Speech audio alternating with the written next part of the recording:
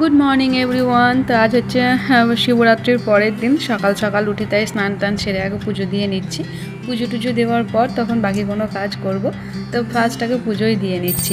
তো পুজোটা দেওয়ার পর তখন আমি খেয়ে একটু দুধটা গরম করতে দিয়েছি। আজ একটু পায়েস বানাবো, তার জন্যে একটু গলাটা যেন ভারী ভারী মনে হচ্ছে আমার, কারণ ঠান্ডা লেগেছে মনে হচ্ছে। তো কাল যে নারকোলটা ছিল সেই নারকোলটা একটু কুড়ে নিচ্ছি। রাত্রেবেলা তো একদম কুড়তে ইচ্ছা হয়নি, তাই তো পায়েসে একটু নারকোল পোড়াও দিয়েছি আর এখানে একটু কাজু কিশমিশ দিয়ে পায়েসটা বানাচ্ছি। চতুর্দশী লেগে আছে, পায়েসটা তো আমি খাবো না, একটু বরকে দেবো। আর নিচে ছোটো ছোটো দুটো বাচ্চা আছে, ওদেরকেই দিয়ে আসবো। তারপর আমি যেহেতু ভাত খেতে পাবো না এখন, তার জন্য ডালিয়া বানাচ্ছি। ডালিয়ার জন্য এখানে ডাল আর ডালিয়াটা একটু ভেজে রেখেছি, আর ওইদিকে সবজিগুলো আমি একটু কেটে রেখে দিয়েছি। তো এখন ডালিয়াটা বানানোই হলেই আজকে ডালিয়াটাই মানে খাবো। আর রাত্রেবেলা যখন মানে সন্ধ্যের পর নাকি চতুর্দশী ছাড়বে, তারপর তখন দেখি ভাত খেতে ইচ্ছে হলে খাবো, না তো খাবো না। তো ডালিয়া আমার কমপ্লিট। কুকারে হলে হয়তো তাড়াতাড়ি হতো, কিন্তু হাঁড়িতে দিয়েছি তো।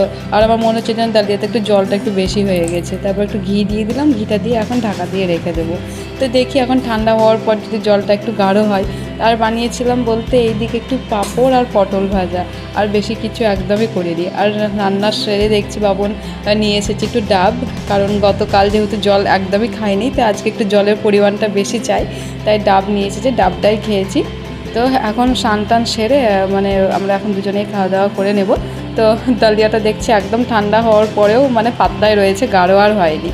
তো খাওয়া দাওয়া সেরে নিয়ে আবার বাবন নিয়ে এসেছিলো তরমুজ, মানে আজকে জলের ভাবটা একটু বেশি হবে, তাই এই তরমুজটা খাওয়া দাওয়া করে আজকে আমার দিনটা এইভাবেই কাটলো। তো ভিডিওটা আমি এখানেই শেষ করছি। দেখা হচ্ছে পরের কোনো ভিডিওতে। ততক্ষণ সুস্থ থাকবেন, ভালো থাকবেন।